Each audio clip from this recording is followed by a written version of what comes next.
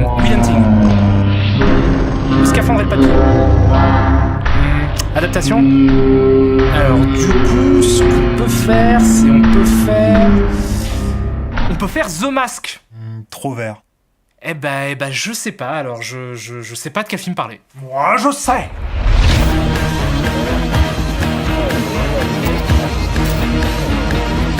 Alors, Piège à Hong Kong ou Knock Off en version originale, ce qui pourrait être littéralement traduit par Contrefaçon en français, est un film américain sorti le 4 septembre 1998 aux États-Unis et réalisé par Tsui Hark, réalisateur, producteur, scénariste et acteur occasionnel hongkongais né au Vietnam, diplômé en cinéma de l'université d'Austin au Texas et une des figures majeures de la nouvelle vague hongkongaise, un mouvement qui a eu lieu de la fin des années 70 au milieu des années 80 et qui englobe tout un tas de films de tout un tas de réalisateurs différents, sans véritable point commun, si ce n'est, comme pour la nouvelle vague française et le nouvel Hollywood aux États-Unis, une volonté de dynamiter les codes des cinémas traditionnels de leurs pays respectifs. Noble démarche. D'accord.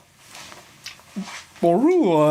Et efficace par-dessus le marché puisqu'elle a participé à remettre le cinéma hongkongais sur le devant de la scène, ce qui a donné naissance dans les années 80 et 90 à un nombre incalculable de films qui ont eu un rayonnement international. Je suis sûr que vous en connaissez déjà beaucoup, mais je profite de l'occasion pour vous en recommander 2 ou 3 comme le superbe Chungking Express de Wong Kar-wai, Une balle dans la tête de John Woo, ou encore le dément The Blade de Tsui Hark, le réalisateur qui nous intéresse aujourd'hui, qui a commencé sa carrière de cinéaste en 1979 avec The Butterfly Murders, qui déjà avait pour ambition de tordre le genre du film de sabre hongkongais pour lui donner des aspects de fable sociale fantastique moderne. Depuis, Tsui Hark a réalisé et ou produit plus d'une cinquantaine de films, parfois un peu nazes, souvent très bons, et quelquefois même absolument géniaux. Je vous recommande d'ailleurs volontiers la série des Il était une fois en Chine, le sublime The Lovers en 1994, ou encore l'excellent L'Enfer des Armes en 1980. Bref, je pourrais vous parler des heures de Tsui Hark, de cinéma hongkongais, de tous ces super films qui ont fait mon enfance, mais tout ceci ne constitue en réalité qu'une partie de l'infernal puzzle qu'est le film dont on va parler aujourd'hui. Et pour trouver les pièces manquantes, il faut aller voir vachement plus près de chez nous, en Belgique, pays de naissance de notre ami Jean-Claude Van Damme, pour qui je ne cache plus ma sympathie depuis très longtemps. Au point que je me suis même rendu compte un jour que j'étais content juste en entendant son nom dans des bandes annonces, ce qui arrive super souvent quand on y pense. Jean-Claude Van Damme. Jean-Claude Van Damme. Jean-Claude Van Damme. Jean-Claude Van Damme. Jean-Claude Van Damme. Jean-Claude Van Damme.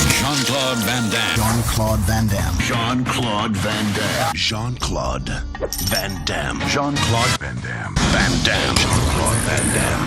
It's Van Damme versus Van Damme. Jean-Claude Van Damme. Jean-Claude Van Damme, donc, qui au milieu des années 90 a entrepris de faire venir à Hollywood plusieurs réalisateurs hongkongais qu'il admirait, simplement pour pouvoir tourner avec eux. De ces collaborations sont nés 6 films. Chasse à l'homme de John Woo, Risque maximum In Hell et Répliquant de Ringo Lam, Double Team de Tsui Hark avec Dennis Rodman, Mickey Rourke et un tigre, et enfin Piège à Hong Kong, qui est donc le 2e film de Tsui Hark avec Van Damme. Et là vous vous dites, cool, ils ont fait 2 films ensemble, ça veut forcément dire qu'ils sont vachement bien entendus. Presque. Dans le sens pas du tout du mot presque. Puisqu'à l'inverse de John Woo, qui a réussi rapidement à se faire sa place dans le cinéma d'action hollywoodien après ses fresques vandamières, Tsui Hark sortira frustré de son expérience américaine et aura l'impression d'avoir été dépossédé de ses films par les studios, ce qui lui fera rapidement quitter les États-Unis et retourner faire des films à Hong Kong après une petite pause de 2 ans. Il reviendra en 2000 avec l'excellent Time and Tide et continuera sa carrière qui d'ailleurs se poursuit toujours aujourd'hui avec des films comme La bataille de la montagne du tigre. Le film qui nous intéresse aujourd'hui est donc le film du divorce entre Tsui Hark et Hollywood, l'acte de décès d'une perspective avortée qui aurait pu nous donner à voir un des piliers du cinéma hongkongais amorcer un tournant international dans sa carrière. Un film donc qui pleure sous le signe des rêves brisés sur la tombe de l'espoir, et si tout cela vous rend un peu morose, n'ayez crainte, il y a cette scène.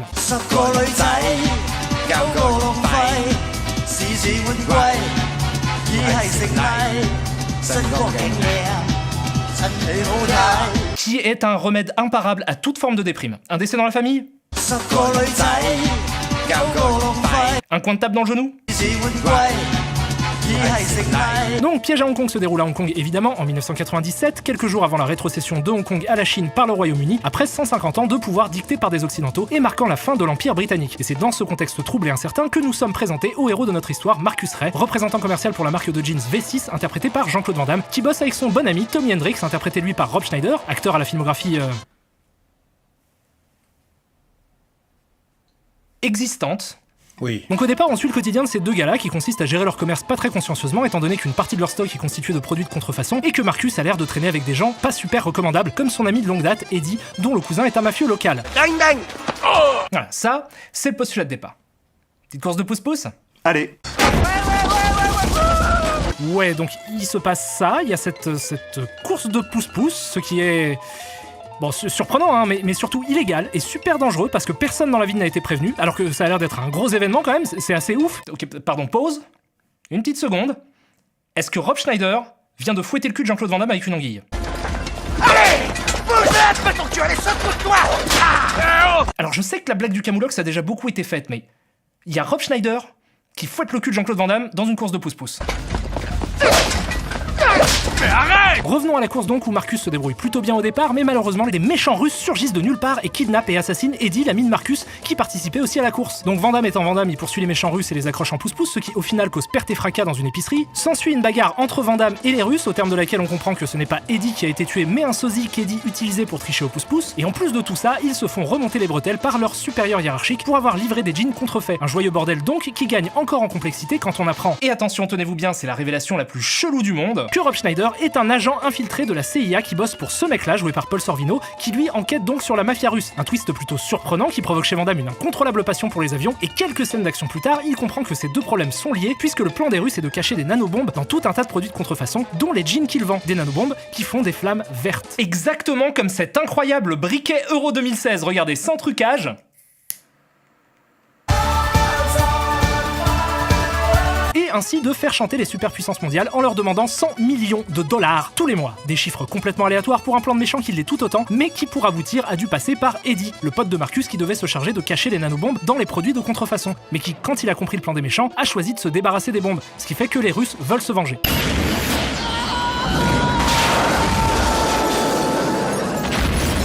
Bon, ça c'est fait. Heureusement, face à cette sombre affaire, la CIA a engagé les meilleurs techniciens qui prennent même le temps de modéliser en 3D les mains qui leur tendent des objets et d'illustrer le plan des méchants par une incroyable animation. Big up aux graphistes qui, en plus, sont obligés de bosser dans le Tiantan Buddha, c'est une grosse statue de Bouddha à Hong Kong qui sert de planque à la CIA. Ils sont 4. C'est-à-dire qu'ils tiennent dans un 50 mètres carrés. Mais ça, c'est typique de la CIA. Ça, c'est toujours on veut droguer des cobayes humains pour tester des nouvelles techniques de manipulation mentale. On veut habiter dans le gros Bouddha. Bref, vous allez voir qu'à partir de maintenant et jusqu'à la fin, le film se lance dans une course déchaînée au retournement de situation qu'il m'est franchement impossible d'expliquer sans illustration. Je vous propose donc de regarder la séquence qui suit en qui que c'est qui est gentil, qui que c'est qui est méchant et qui que c'est qui est mort vision. Donc, d'un côté, on a les gentils, avec Marcus, Tommy, son collègue qui est en fait un agent de la CIA, Harry, un autre agent de la CIA, Karen, leur supérieur hiérarchique dans la boîte de jeans, Eddie qui est mort, et son cousin mafieux Skinny qui pense que Marcus a tué Eddie. T'es un homme mort! Tu as tué Eddie! De l'autre, on a les méchants qui pour l'instant sont tout un tas de Russes. Dit comme ça, c'est super simple. Sauf que Van Damme comprend que Skinny était en fait un méchant qui bosse avec les Russes, donc il le kidnappe et l'emmène à Harry. Mais Van Damme découvre aussi que Karen était présente au moment du meurtre d'Eddie, ce qui selon lui fait d'elle une méchante également. Ensuite, une explosion détruit le gros Bouddha et tue Harry et Skinny. Ils sont donc morts. Cependant, il s'avère que Karen est en réalité un agent infiltré de la CIA, donc une gentille. Puis, elle et Tommy se font kidnapper par les Russes et Marcus va les sauver. On apprend alors que Harry n'est pas mort et qu'il a réussi à survivre à l'explosion. Super nouvelle. Néanmoins, pas si bonne que ça puisque Harry était depuis le début un agent double qui bossait pour les Russes, ce qui fait de lui un méchant. Et je suppose que la façon dont je vous raconte ça vous fait comprendre que ce qui est important c'est que c'est super confus. Mais en fait, ce qui est incroyable dans ce scénario, c'est pas que tout le monde soit quelqu'un qu'il ne semble pas être, mais juste que, de tous les personnages du film, le seul qui ne fait pas partie d'un gang, d'une mafia ou d'une organisation gouvernementale, c'est celui interprété par Jean-Claude Van Damme. Ce qui signifie qu'il est le seul personnage qui, supposément, n'a pas reçu d'entraînement. Alors peut-être a-t-il un passif de super soldat, mais c'est pas précisé dans le film. Donc, à ce qu'on sache, Jean-Claude Van Damme, dans ce film, joue un vendeur de jeans. Et je suis sûr qu'il y a plein de vendeurs de jeans super badass dans le monde, mais là, il arrive à tenir tête à la mafia russe, à la mafia hongkongaise, à la CIA, même à des marchands de fruits. C'est quand même vraiment étrange dans cet univers où n'importe qui dans la rue peut être un agent double de se dire que ce mec-là est juste un expatrié lambda. Sauf que c'est pas un expatrié lambda. C'est Jean-Claude Van Damme. Et Jean-Claude Van Damme, il défonce des gueules à foison. Faut pas le faire chier, Van Damme. Tu l'emmerdes, il t'attaque avec une grue. Il arrive, il tire dessus, il glisse, il saute, il tire, il se fait tracter par des câbles. Tu fais le fanfaron devant Jean-Claude, bim, patate, il jongle avec un flingue, il te fait valdaguer un mec, t'es pas d'accord, tiens, mange. Mais parfois, il ne tire pas. Parce que c'est aussi ça, être un héros. Être un héros, c'est aussi comprendre que le monde n'est pas... Non, je déconne. Il tranche la gorge de ton pote avec ta propre arme, il te décapite et après il te lance des containers à la gueule que t'as plus. T'as pris tes pilules? Plein. Donc vous vous doutez bien que la conclusion du film va être assez convenue. Van Damme et les gentils s'en sortent, les bombes sont neutralisées et les méchants sont vaincus, à l'exception d'Harry, le traître. Ce qui va nous emmener à la dernière scène du film, qui est... étrange. Donc juste 2 heures après les événements du film, on voit Harry placer des nanobombes dans des jouets. Au même moment, Marcus et Tommy se retrouvent pour boire un coup dans un bar et font joujou avec un détonateur qu'ils ont trouvé sur place. Et là...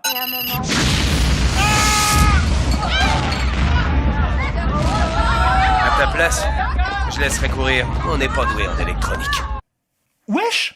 Il y a tellement de problèmes dans cette micro-séquence de quelques secondes, c'est incroyable. Déjà, bon, c'est un détail, mais c'est pas une fenêtre, ça. Ça, c'est un écran. Ensuite, qu'est-ce que ces 2 gars foutent là à se bourrer la gueule 2 heures après avoir tué des dizaines de terroristes russes? Y a pas genre des papiers à remplir? Et puisqu'on en est à parler de conscience professionnelle, quel agent de la CIA se balade bourré avec un détonateur? Bon, sûrement plus que ce qu'on peut imaginer. Oublions ça aussi. Le plus important, c'est...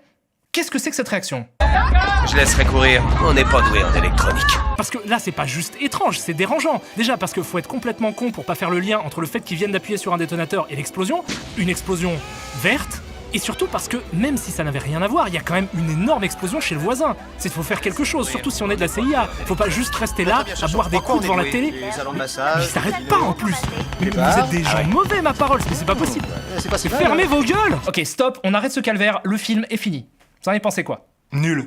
Complètement à chier. C'était dur. Eh ben ça ne m'étonne pas. Parce qu'au cours de mes pérégrinations sur internet, j'ai pu constater que vous n'étiez pas les seuls, puisqu'à la sortie du film, le monde s'était crié d'une voix unanime qu'on était face à une effroyable merde. Et qu'aujourd'hui, il réussit encore la prouesse de totaliser 92% de critiques négatives sur Rotten Tomatoes. Des critiques parfois pleines de charme, à l'image de celle-ci, qui dit que le film aurait mieux fait de s'appeler Jack Off. Et là, j'avoue que je me retrouve dans une situation assez particulière parce que il s'avère que j'aime ce film. Oh, Mais non.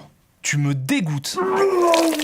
Alors Gilles, va falloir faire soigner ça, hein, et oui, j'aime bien ce film. Donc évidemment, à partir de là, je vais devoir m'inscrire en faux contre les critiques. Mais avant, j'aimerais quand même préciser que je suis assez d'accord avec plusieurs points que soulèvent ces dernières. À savoir que le script est confus, le point de départ de l'intrigue franchement stupide, et que les acteurs sont sur une autre planète. Tous ces points-là sont justes, et j'en suis complètement conscient. Et pourtant, j'aime le film.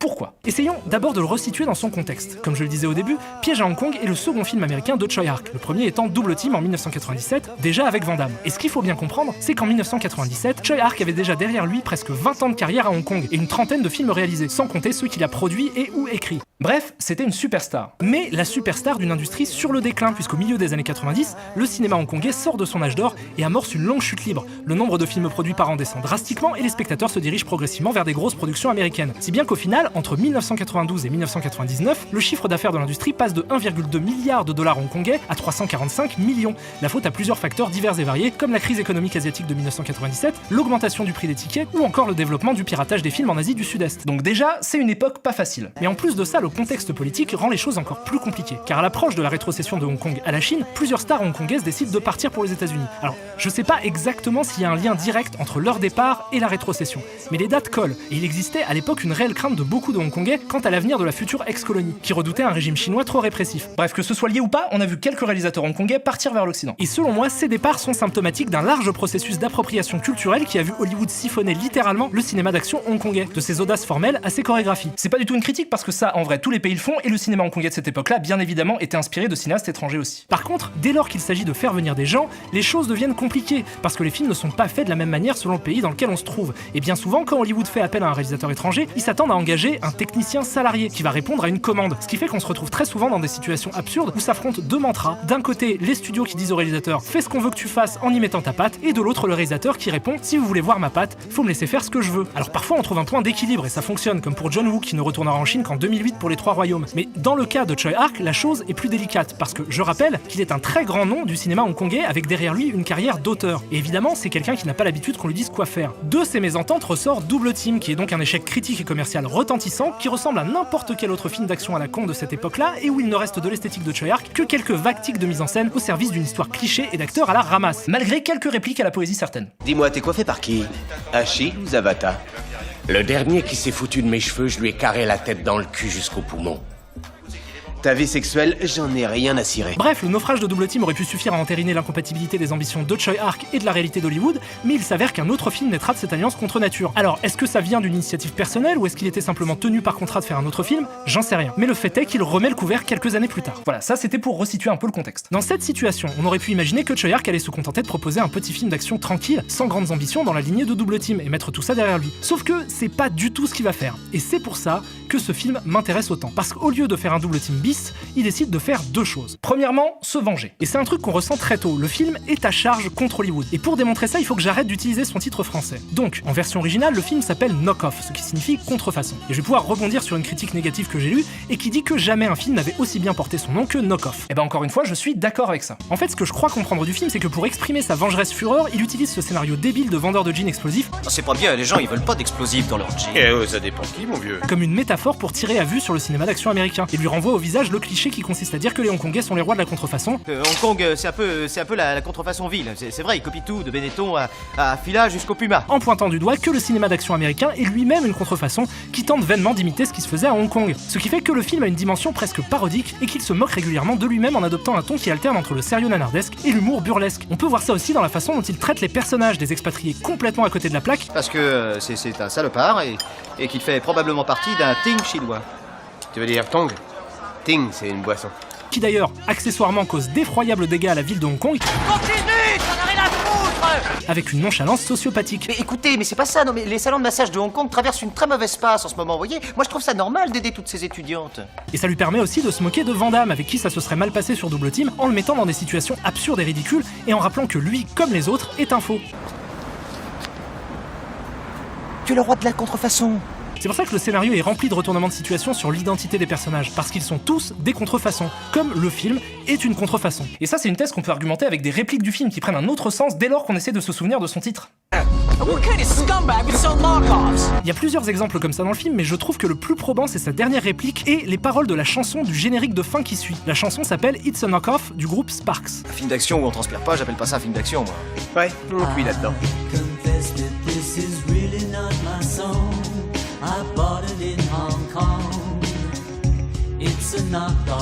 Donc voilà, tout ça pour dire que c'est un film beaucoup plus énervé et méchant qu'il n'y paraît, et on pourrait même peut-être aller un peu plus loin en se disant que le film traduit aussi de la sorte les craintes et l'incertitude de Hong Kong à la veille de la rétrocession et son ressentiment envers l'Occident. Enfin, on pourrait faire ça si c'était pas un film où Rob Schneider fouette le cul de Jean-Claude Van Damme avec une anguille. Mais le truc c'est que ce que je viens de vous dire là, ça rend pas le film meilleur à mes yeux. C'est pas parce que c'est cynique que j'apprécie le film, parce que quand bien même je salue l'audace de la démarche, c'est pas parce que le film se moque de la bêtise de son intrigue que son intrigue n'en demeure pas moins idiote. En fait, c'est quelque chose d'autre qui me plaît. Alors je vous ai dit qu'un des objectifs de Choi Ark était de se venger, mais pas seulement. Il y a un autre truc. Il s'entraîne. Et pour que ça saute aux yeux, il faut absolument que vous voyiez son film d'après, Time and Tide. Déjà, parce que c'est selon moi un excellent film, et là pour le coup je pense qu'on est tous d'accord. Ouais. On est d'accord. Alors oui, mais en même temps... On est tous d'accord. Mais aussi parce qu'il est très intéressant à regarder après avoir vu Knock Off. Alors, j'adore Time and Tide, c'est un de mes films d'action préférés des années 2000. C'est bien joué, c'est nerveux, découpé, parfois confus, mais c'est surtout particulièrement inventif quand il s'agit de trouver des manières originales de montrer l'action. Je trouve ça génial à regarder. Il y a une idée originale par plan. Regardez-moi ça, putain, c'est complètement fou quoi.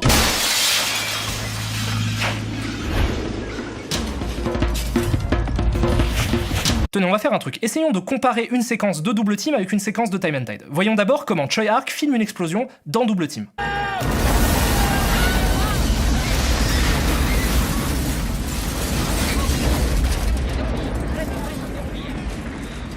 Maintenant, regardons comment il filme une explosion dans Time and Tide.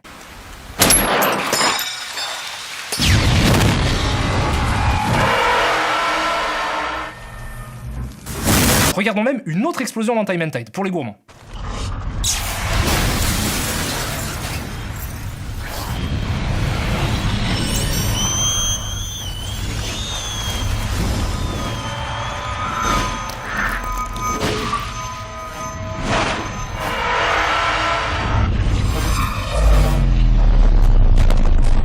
Au-delà du caractère convenu de la séquence de Double Team, ce que je trouve parlant, c'est que dans cette scène, ce qu'on nous montre, c'est un acteur. Le choix du cadre, le ralenti, sont au service de la représentation du personnage de Mickey Rourke. Parce que Double Team est un film d'action américain réalisé par Choi Ark. Time and Tide, au contraire, est un film de Choi Ark. Donc ce qu'on nous donne à voir dans Time and Tide, en fait, c'est le travail du réalisateur. Ce sont ces idées formelles qui constituent le principal intérêt du film. Et bien, il s'avère que nombre de ces idées viennent directement de Knock Off, que Choi Ark a réussi à tourner à Hong Kong, ce qui lui a permis d'avoir plus de liberté quant à sa façon de filmer, et qu'il a donc pu utiliser ce film pour expérimenter des idées de mise en scène et réfléchir à des manières créatives de filmer l'action. Il y a plein de plans de Time and Tide qui sont des suites logiques de plans de Knock Off. Et du coup, Knock Off peut être considéré comme un brouillon de Time and Tide. Et c'est pour ça que j'aime bien ce film. Parce que le fait qu'il utilise Knock Off comme brouillon, ça fait du film une œuvre riche en termes de mise en scène. Et il s'avère que j'adore ça. Je suis tout à fait d'accord pour dire que le film est mal écrit, mal joué, confus, et même parfois franchement juste méchant, mais je le trouve jouissif à regarder comme l'étrange objet filmique qu'il est. C'est-à-dire une sorte de parodie expérimentale burlesque de film d'action que je peux pas vraiment recommander à tout le monde, parce que beaucoup, je pense, le trouveront ridicule et vulgaire, mais qui moi me communique un sincère plaisir de cinéphile curieux, captivé par la seule envie de voir avec quel mouvement de caméra improbable on va me retourner le cerveau. Et je sais que je suis absolument minoritaire, donc j'ai pas envie de laisser penser que je suis dans une une sorte de relativisme absolu où le bon et le mauvais n'existent pas. J'ai pas non plus envie de vous convaincre que mes goûts sont les bons, mais par contre, ce que je pense, c'est que les films qu'on aime nous en disent sur qui on est, et que ma sympathie pour celui-ci traduit en fait une idée simple, qui est que j'arrive tout à fait à passer outre la vacuité de l'histoire qu'on me raconte, si tant est que je suis réjoui par la façon dont on me la montre. Ça, c'est mon opinion sur le truc, qui n'est ni moins ni plus valable qu'une autre, mais accessoirement, même si vous avez trouvé le film pourri, je vous recommande quand même Time and Tide, qui lui déjà ressemble beaucoup plus à ce à quoi on peut s'attendre d'un film de Choi Hark. Bref, voilà, j'aime beaucoup ce film et je m'éclate à chaque fois que je le regarde. Et je le regarde souvent, regardez, vous voulez voir un truc marrant ? J'ai tellement usé le DVD, le truc il est tranchant comme une putain de lame de rasoir. Donc c'est un bon film? Eh ben oui, moi je trouve que c'est plutôt un bon film. Ça a l'air bien. Je ne l'ai jamais vu. Eh ben monsieur le régisseur moustachu Attends, mais c'est pas toi qui nous l'as filé le truc? Attention, n'aime pas Stess. Où ça? Eh Oh pardon, je suis désolé.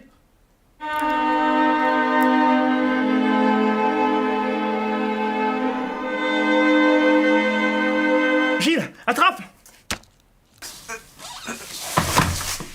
On ne bouge plus. Jérémy? Eh ouais, mon pote. Mais pourquoi t'as un Beretta? Longue histoire. Ok. J'ai grandi dans le quartier difficile de Long Beach, en Californie, au sud de l'Oregon. Maman vendait du crack. Papa en achetait. C'est pas pour moi, votre truc. Moi, j'ai ma famille. J'ai mon rap. J'ai le petit qui va rentrer en third grade. Et je lui dis, mais pas ça, mec. Tu vas pas tout foutre en l'air pour des couleurs. Mais vous voulez pas m'écouter. I can feel it. Et bah ça, à la base, c'était pour mon album. Mais bon, tu connais le music business. Et pourtant, c'était sa meilleure gagneuse. Mais peut-être que c'est vraiment ça, être responsable. Pourquoi j'ai un Beretta? Parce que le monde... Waouh! C'était une histoire super, il est parti. Oh merde! Tonight's the night I get in some shit. Yeah. Deep cover on the incognito tip. Killing motherfuckers if I have to. Filling gaps too. Let your niggas know I'm coming at you. I guess that's part of the game. But I feel for the nigga who think he just gon' come and change things with the swiftness. So get it right with the quickness and let me handle my business. Yo, I'm on a mission and my mission won't stop.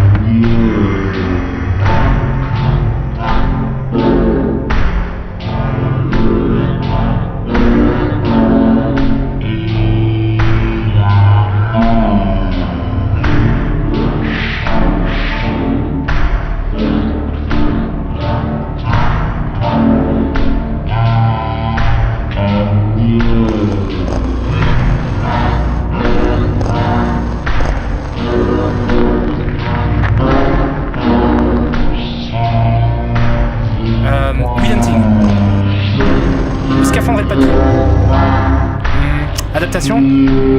Alors du coup, ce qu'on peut faire, c'est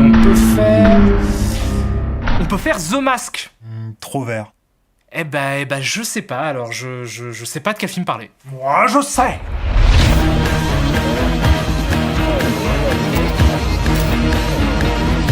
Alors, Piège à Hong Kong ou Knock Off en version originale, ce qui pourrait être littéralement traduit par Contrefaçon en français, est un film américain sorti le 4 septembre 1998 aux États-Unis et réalisé par Choi Hark, réalisateur, producteur, scénariste et acteur occasionnel hongkongais né au Vietnam, diplômé en cinéma de l'université d'Austin au Texas et une des figures majeures de la nouvelle vague hongkongaise, un mouvement qui a eu lieu de la fin des années 70 au milieu des années 80 et qui englobe tout un tas de films de tout un tas de réalisateurs différents, sans véritable point commun, si ce n'est, comme pour la nouvelle vague française et le nouvel Hollywood aux États-Unis, une volonté de dynamiter les codes des cinémas traditionnels de leurs pays respectifs. Noble démarche. D'accord.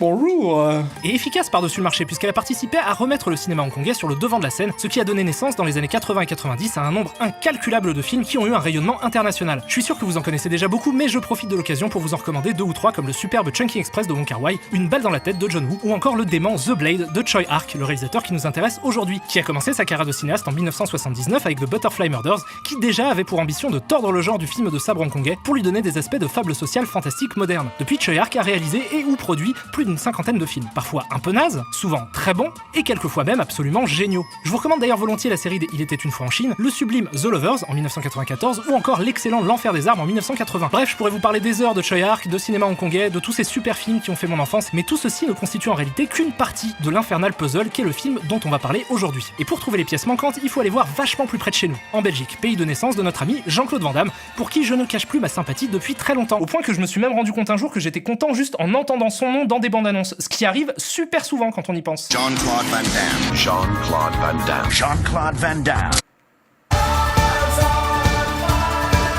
Et ainsi de faire chanter les superpuissances mondiales en leur demandant 100 millions de dollars tous les mois. Des chiffres complètement aléatoires pour un plan de méchant qui l'est tout autant, mais qui pour aboutir a dû passer par Eddie, le pote de Marcus qui devait se charger de cacher les nanobombes dans les produits de contrefaçon, mais qui, quand il a compris le plan des méchants, a choisi de se débarrasser des bombes, ce qui fait que les Russes veulent se venger.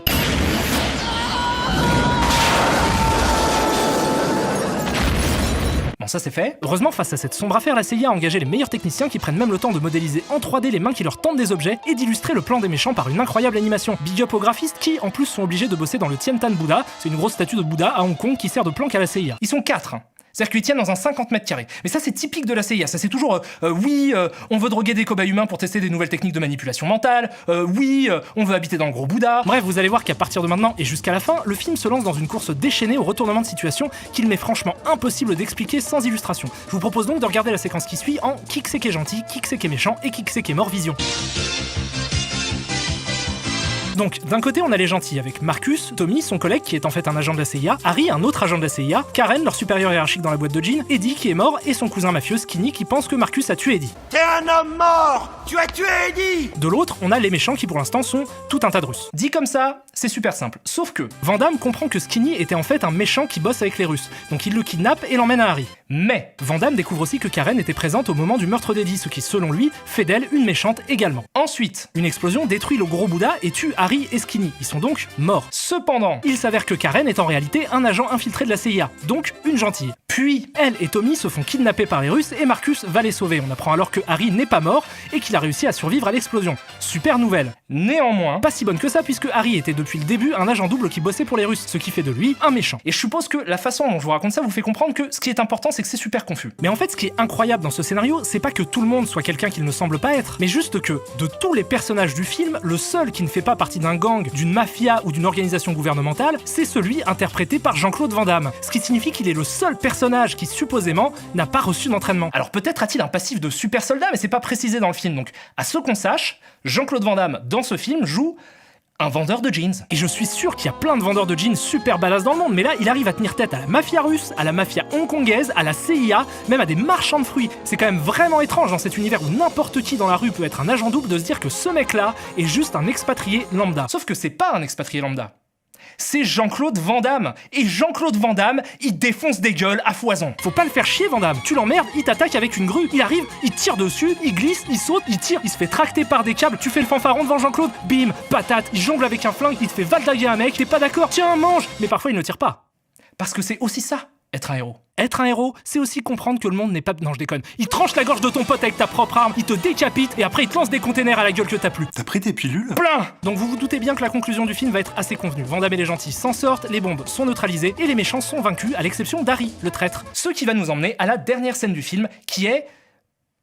étrange. Donc juste 2 heures après les événements du film, on voit Harry placer des nanobombes dans des jouets. Au même moment, Marcus et Tommy se retrouvent pour boire un coup dans un bar et font joujou avec un détonateur qu'ils ont trouvé sur place. Et là...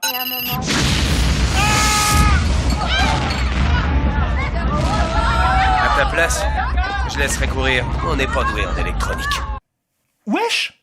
il y a tellement de problèmes dans cette micro-séquence de quelques secondes, c'est incroyable. Déjà, bon, c'est un détail, mais c'est pas une fenêtre, ça. Ça, c'est un écran. Ensuite, qu'est-ce que ces deux gars foutent là à se bourrer la gueule 2 heures après avoir tué des dizaines de terroristes russes? Y a pas... Jean-Claude Van Damme. Jean-Claude Van Damme. Jean-Claude Van Damme. Jean-Claude Van Damme. Jean-Claude Van Damme. Jean-Claude Van Damme. Jean-Claude Van Damme. Van Damme. Jean-Claude Van Damme. It's Van Damme versus Van Damme. Jean-Claude Van Damme.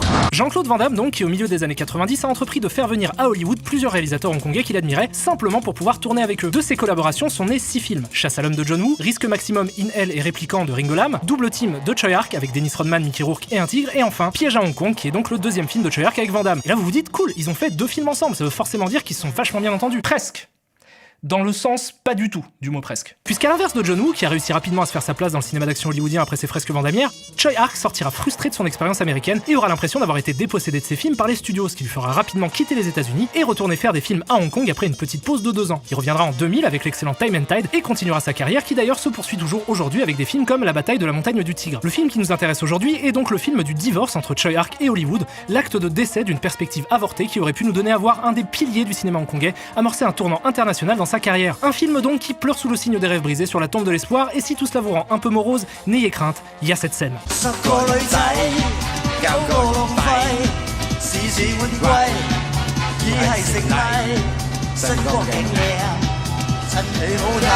Qui est un remède imparable à toute forme de déprime. Un décès dans la famille?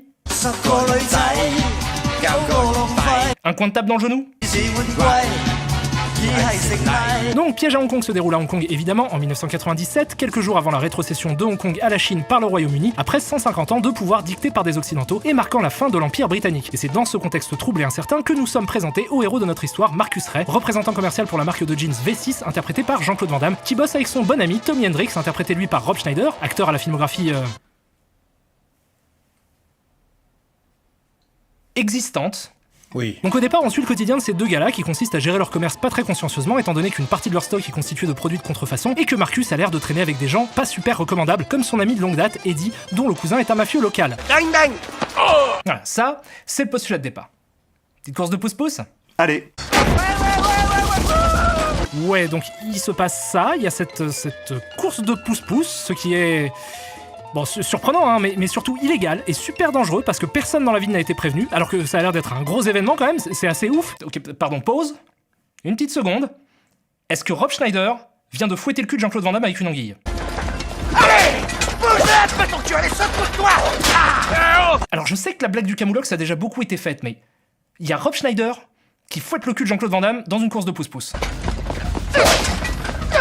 Mais arrête! Revenons à la course donc où Marcus se débrouille plutôt bien au départ, mais malheureusement des méchants russes surgissent de nulle part et kidnappent et assassinent Eddie, l'ami de Marcus, qui participait aussi à la course. Donc Van Damme étant Van Damme, il poursuit les méchants russes et les accroche en pouce-pouce, ce qui au final cause perte et fracas dans une épicerie. S'ensuit une bagarre entre Van Damme et les Russes, au terme de laquelle on comprend que ce n'est pas Eddie qui a été tué, mais un sosie qu'Eddie utilisait pour tricher au pouce-pouce. Et en plus de tout ça, ils se font remonter les bretelles par leur supérieur hiérarchique pour avoir livré des jeans contrefaits. Un joyeux bordel donc qui gagne encore en complexité quand on apprend, et attention tenez-vous bien, c'est la révélation la plus chelou du monde, que Rob Schneider est un agent infiltré de la CIA qui bosse pour ce mec-là, joué par Paul Sorvino, qui lui enquête donc sur la mafia russe. Un twist plutôt surprenant qui provoque chez Van Damme une incontrôlable passion pour les avions, et quelques scènes d'action plus tard, il comprend que ces deux problèmes sont liés, puisque le plan des Russes est de cacher des nanobombes dans tout un tas de produits de contrefaçon, dont les jeans qu'il vend. Des nanobombes qui font des flammes vertes. Exactement comme cet incroyable briquet Euro 2016, regardez, sans trucage. Genre des papiers à remplir. Et puisqu'on en est à parler de conscience professionnelle, quel agent de la CIA se balade bourré avec un détonateur? Bon, sûrement plus que ce qu'on peut imaginer. Oublions ça aussi. Le plus important, c'est... Qu'est-ce que c'est que cette réaction? Je laisserai courir, on n'est pas doué en électronique. Parce que là, c'est pas juste étrange, c'est dérangeant. Déjà parce qu'il faut être complètement con pour pas faire le lien entre le fait qu'ils viennent d'appuyer sur un détonateur et l'explosion. Une explosion verte. Et surtout parce que, même si ça n'avait rien à voir, il y a quand même une énorme explosion chez le voisin. C'est qu'il faut faire quelque chose, surtout si on est de la CIA. Faut pas juste rester là, à boire des coups devant la télé. Mais ils s'arrêtent pas en plus. Mais vous êtes des gens mauvais, ma parole, mais c'est pas possible. Fermez vos gueules! Ok, stop, on arrête ce calvaire, le film est fini. Vous en avez pensé quoi? Nul. Complètement à chier. C'était dur. Eh ben ça ne m'étonne pas, parce qu'au cours de mes pérégrinations sur internet, j'ai pu constater que vous n'étiez pas les seuls, puisqu'à la sortie du film, le monde s'était crié d'une voix unanime qu'on était face à une effroyable merde, et qu'aujourd'hui, il réussit encore la prouesse de totaliser 92% de critiques négatives sur Rotten Tomatoes. Des critiques parfois pleines de charme, à l'image de celle-ci, qui dit que le film aurait mieux fait de s'appeler Jack Off. Et là, j'avoue que je me retrouve dans une situation assez particulière, parce que il s'avère que j'aime ce film. Oh, Mais non. tu me dégoûtes.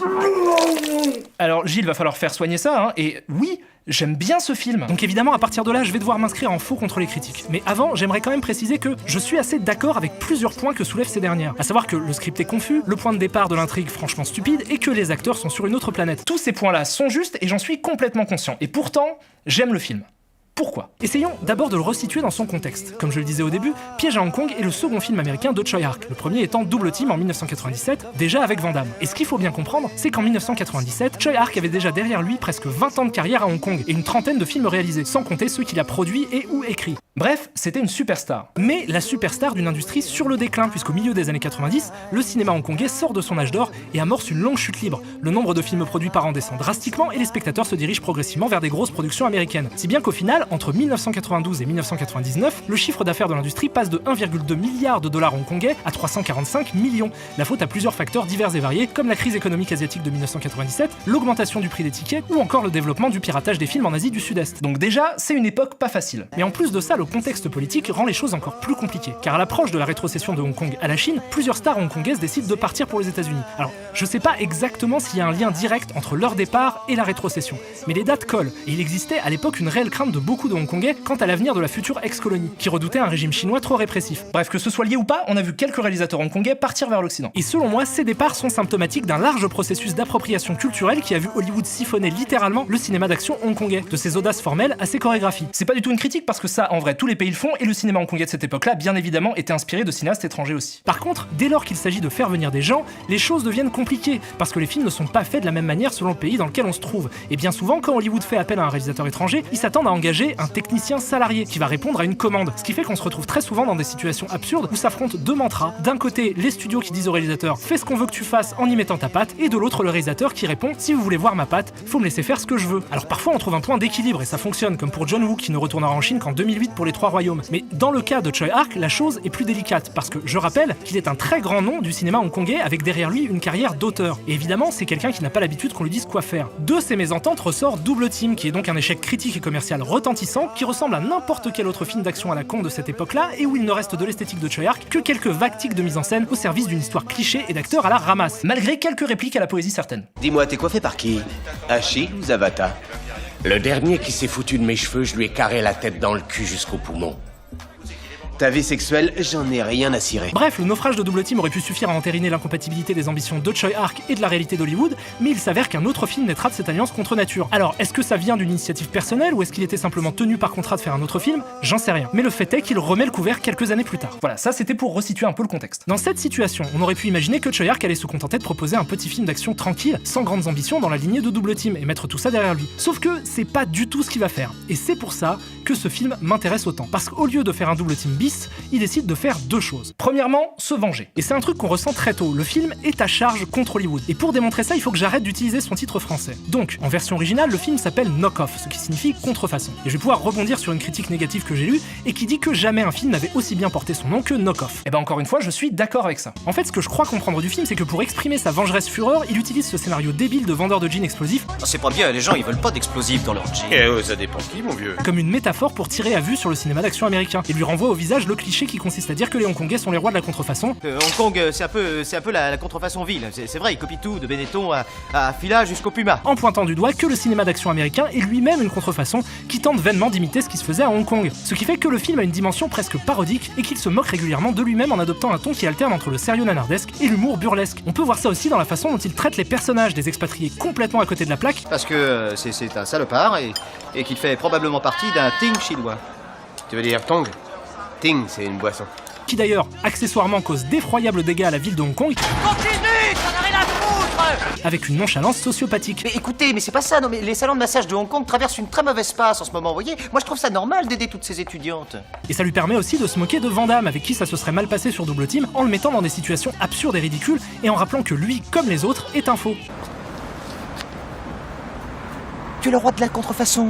C'est pour ça que le scénario est rempli de retournements de situation sur l'identité des personnages, parce qu'ils sont tous des contrefaçons, comme le film est une contrefaçon. Et ça, c'est une thèse qu'on peut argumenter avec des répliques du film qui prennent un autre sens dès lors qu'on essaie de se souvenir de son titre. Il y a plusieurs exemples comme ça dans le film, mais je trouve que le plus probant c'est sa dernière réplique et les paroles de la chanson du générique de fin qui suit. La chanson s'appelle It's a Knockoff du groupe Sparks. Un film d'action où on transpire pas, j'appelle pas ça un film d'action, moi. Ouais, on cuit là-dedans.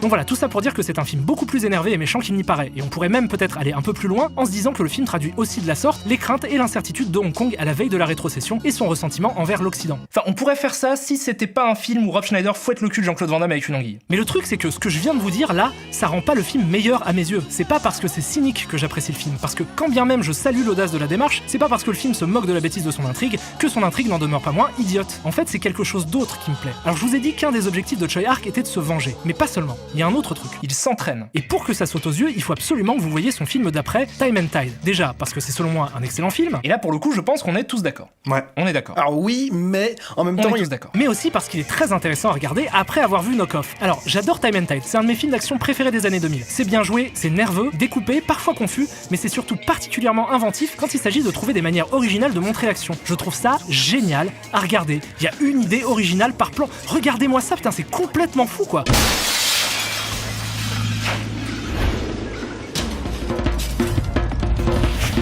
Tenez, on va faire un truc. Essayons de comparer une séquence de Double Team avec une séquence de Time and Tide. Voyons d'abord comment Choi Ark filme une explosion dans Double Team.